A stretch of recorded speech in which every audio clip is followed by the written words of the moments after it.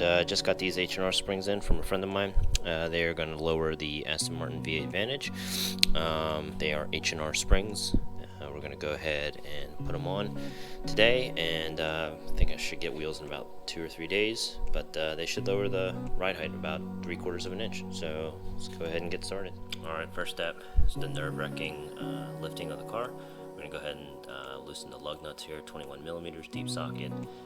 Take the wheel out, and I don't think you need to remove the front liners. So the rears you do, but the front I think we're good. So we're going to go ahead and do that, and it should be a lower control arm to strut bolt, and then there's 2 bolts at the upper control arm, and I believe there's 3 at under the hood here that we got to get out. So we'll figure this out as we go. Alright, let's get going.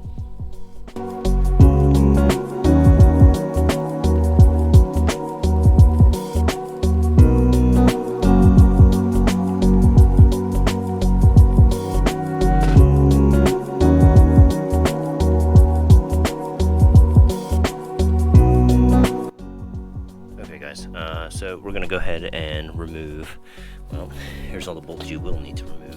There's the lower control arm to strut, that is an 18 mil, and then on the other side, if you can see, there is the 21 mil nut on this side. Take that out, and then over here we have the 2 upper control arms. That's a 15 mil and an 18 mil on the outside, and that bolt will come out in the middle here. You have to remove this ABS, which I already did here. That goes across the control arm, so when you pull the control arm away, it won't tear. Here's the brake sensor wire that's connected to over here. Then we go up top here. There is a T50 for this cross brace, and we'll take that out, and then 3 13 mils that are holding the strut in. After that, it just comes right out. Okay, so for the tools that I'm using right here, lower strut to lower control arm, 21 mil, 1/2 inch with an 18 to hold the nut in place, or the bolt in place, and then 15 and 18 for the upper control arms. Those are the inside and outside bolts we were just talking about. I have an extension with a deep socket 13 for the top 3, and then I have my T50 right there. So that should do it.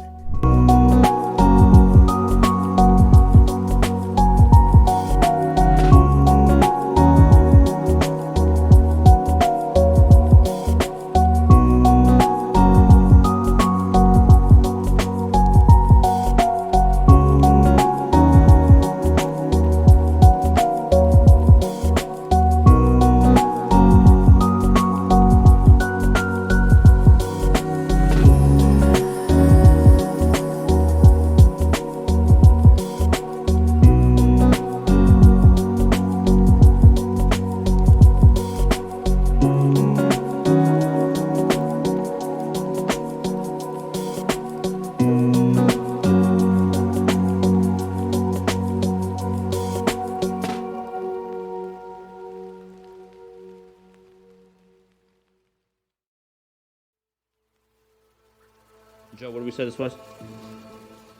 19. There you go. I think it's a 19. Alright, so 19 mil on the nut right there. We're going to use spring compression to compress the springs while we take this off, and then we'll just swap it out for that. So pretty straightforward.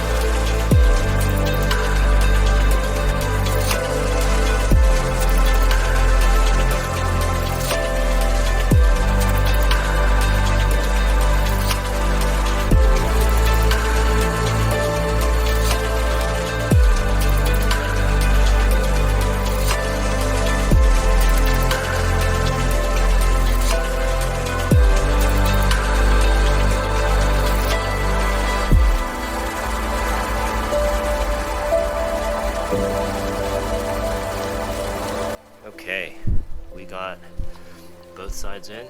There is the H&R spring right there on the passenger side, and went ahead and put it in on the driver's side as well, as you can see there. So pretty fairly straightforward. So all the bolts are in, everything's not tightened yet. We got to torque everything. So I think from what I remember, I believe these are 17 foot-pounds up top here. The upper control arm area is 85 foot-pounds, and then that massive bolt down here, I don't even know if you can see it, but that is 129 foot-pounds. So before, it's very important, there is a caution in the workbook or the work manual that you need to torque it when the suspension is at a normal ride height, and that way when it gets on its maximum travel, you're not stressing the bushings out. So it makes sense. You don't want to torque it because right now it's just hanging loose, so it's at one extreme of its height, and then you torque it at that level, and then when it hits a bump, it's going to take it to the other extreme, and it'll wear out your bushings a lot faster. So what we're going to do is we're going to get a jack, we're going to put it under here on the rotor, and we're going to lift it up to where I think is a normal height, and then we'll go ahead and torque everything, and then we'll let it hang back down, and then we'll put the wheels back on, and this front should be done.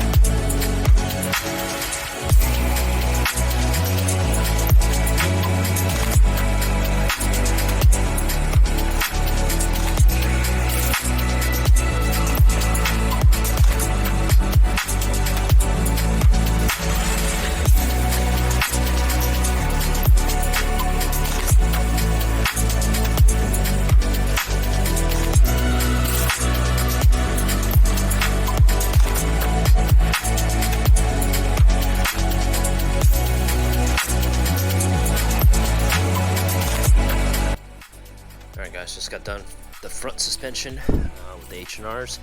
Got the two fronts done. Pretty straightforward. Again, it was that lower strut control arm, the upper control arm, 2 bolts, and then the 3 on the top of the suspension there, and the brace bar that I had to remove. Pretty straightforward. So I've got everything torqued to spec, and man, did that close that wheel gap perfectly in my opinion. That drop is perfect. So pretty happy with that. If you want to see a comparison to the rear, we haven't finished the rear, it's getting pretty late. Man, look at that wheel gap right there. I guess I never really realized how bad it was until you get it tucked perfectly, but the wheel should be here in about 2-3 days, and looking forward to putting it on. So we'll get the rear started tomorrow. Alright guys, it's the next day. Got the wheel and tire off in the rear. Got the car lifted, so we're going to go ahead and take this liner out. It's held in by, I believe, 11 or so T30s, but we'll figure it out as we go. Probably I'm expecting like a T40 underneath here that mates the lower portion to the side skirt there, but we'll figure it out. Here's the suspension piece that we're going to be taking out today. It's held in by 4 bolts, I think, against the chassis. We're going to go take the Ebrake off here, and then we're going to get that toe arm to the lower control arm there, and the strut bolt right there. So hopefully we can get all that put aside and be able to take that out. So let's go.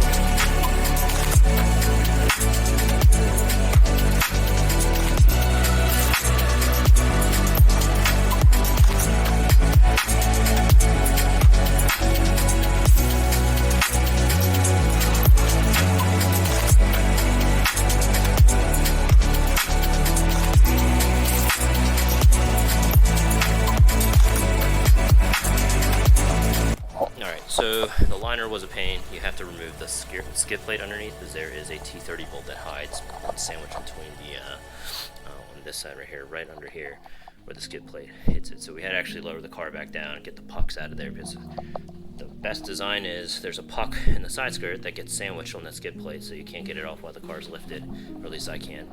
So the way we're going to attack this is 15 millimeters. There's 4 bolts up here that are 15 millimeters that attach the suspension bracket to the chassis of the car. There are 2 bolts here that are 13 millimeters for the handbrake. So we have to make sure the handbrake's not activated, and then there's 2 bolts here, just like a caliper bolt. We're going to try to do it without the tow control arm, which is over here. Let's see if I can get here. So right there, we're pointing to, there is, I believe, I can't remember what I used on that one. It's a 18 millimeter, and then the strut to the lower control arm here is a 21 millimeter. So we're going to try to not remove the tow control arm. This is probably going to have to go. And then these 4 bolts with the strut that mounts directly to the lower suspension arm there. I think we're going to try to get that out and then wiggle it up through. And if not, then we're going to get the tow control arm, which is right here, out, because that'll just swing down. And there's a cable that's attached to it. So if we go that route, you have to unplug the cables here from that, so it doesn't like break when we swing it down. So we're going to go ahead and do that, and I think we're good.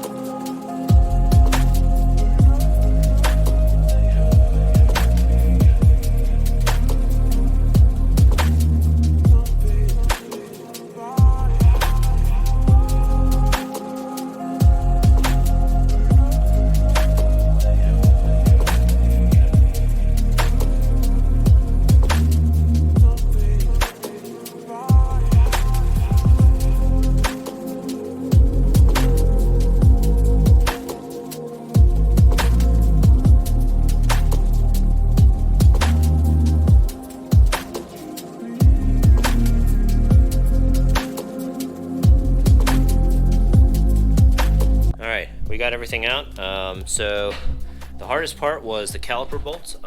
They actually have, let me see here, some Loctite on them from the factory, it looks like. Yep, so you think you're going to snap it, just go real slow, make sure you don't, you're just perpendicular with the bolt, so you're not going to snap it or pull it in any which way. But that slides off. We just left it on top of a jack stand there, so it takes the slack off the line. There's an ABS, as you can see here, ABS plug that goes into the back right here.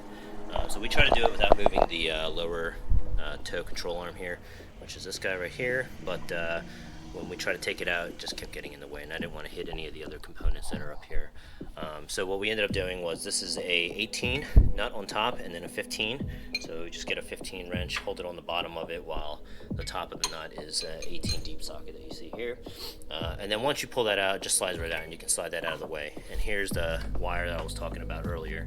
That's actually goes in the side. You can see the Christmas tree clips right here that go on the side of the control arm there. So that's out. We got the 15 mil bolts that are right here, those 4 against the chassis, that came out, and then the 21 millimeter bolt, which you see right here, that we just put back in so it can hold it in place. That'll just come right out, and the strut is free. So once the strut's free, there are 3 bolts on top of the hat right here. Those will come out. This bracket plate will come off. We'll compress the spring, put the new spring in there, put the 3 bolts on top, done, and then we'll bolt everything right back up. All right, let's go.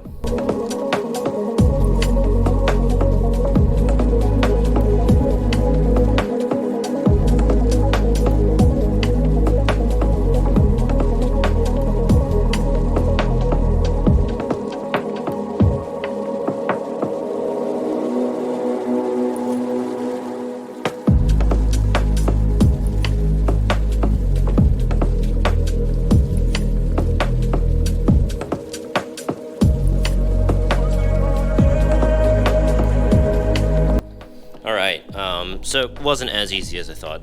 We had just enough movement, but we had to remove this ECU assembly in the rear here.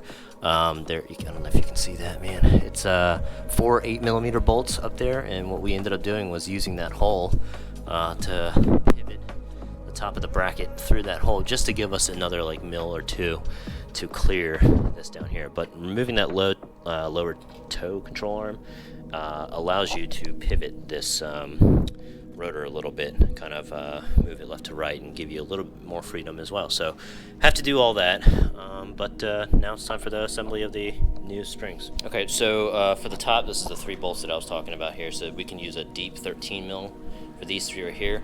There's what I didn't show in the last vid when we did the 2 fronts, but there is a flat piece right here. You can get 2 wrenches on here, and you just turn them. You have to hold this steady and not move it while this turns, and then once that bolt frees up, the top hat can come off, and then we can get the new spring on there. So let's go ahead and do that.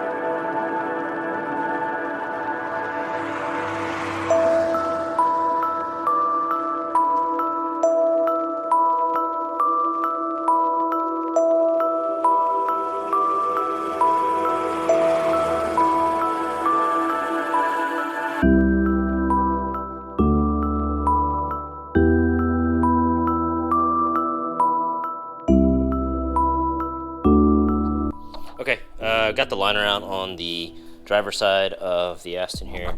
Way easier. You just got to be careful of this breather hose. There's a breather hose that actually goes through the liner, so just pull that out. It's held in by this clip right here. So that clip will go to the back side of the liner, pop that out, and then pull this hose up and around, and then the liner will come free. Same thing over here, right? So we're gonna do 15 on the bolts here. The difference is, here's the fuel neck right here. There's a bolt right here that is 10mm. I believe it's 10.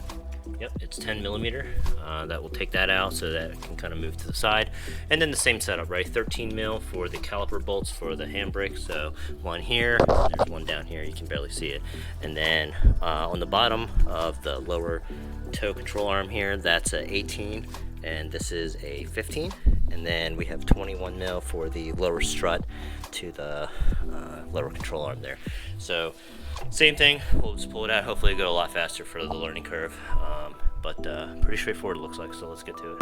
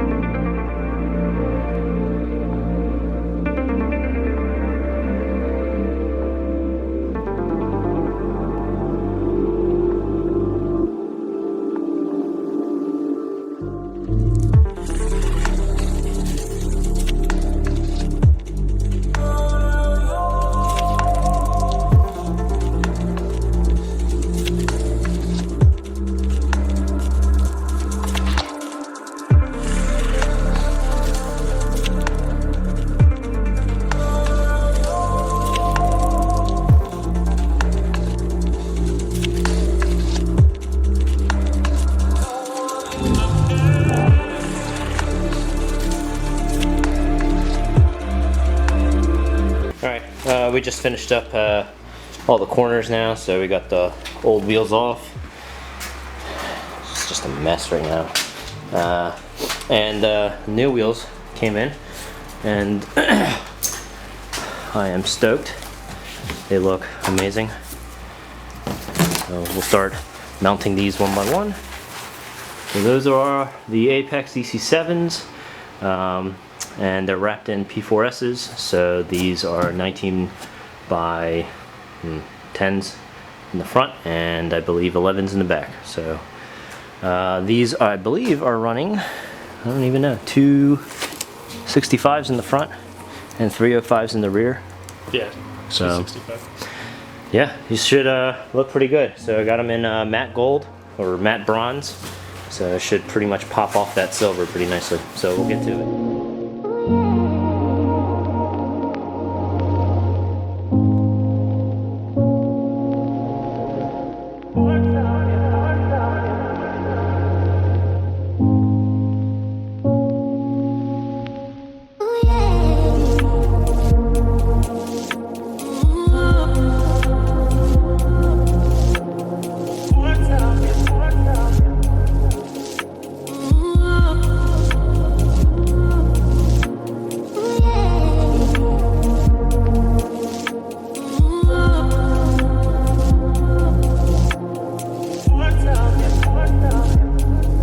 Alright guys, we just finished up. First time the car's been off of the quick jacks and lowered and off the ground. Wow, this is going to be a process to get this back on the lift because I cannot put the quick jacks underneath the car, so it's going to suck, but the car looks great. The gold offsets, the silver are amazing. So really happy with the way this turned out. Let's see if I can go on the other side here, but anyway, the car's good to go. So it sticks out perfectly. I love the amount it comes out on each side, so I just got to get in alignment. But we're going to go for a very short drive just to kind of make sure nothing's wrong with the suspension or nothing's loose or we can hear anything. So go ahead and pull this out.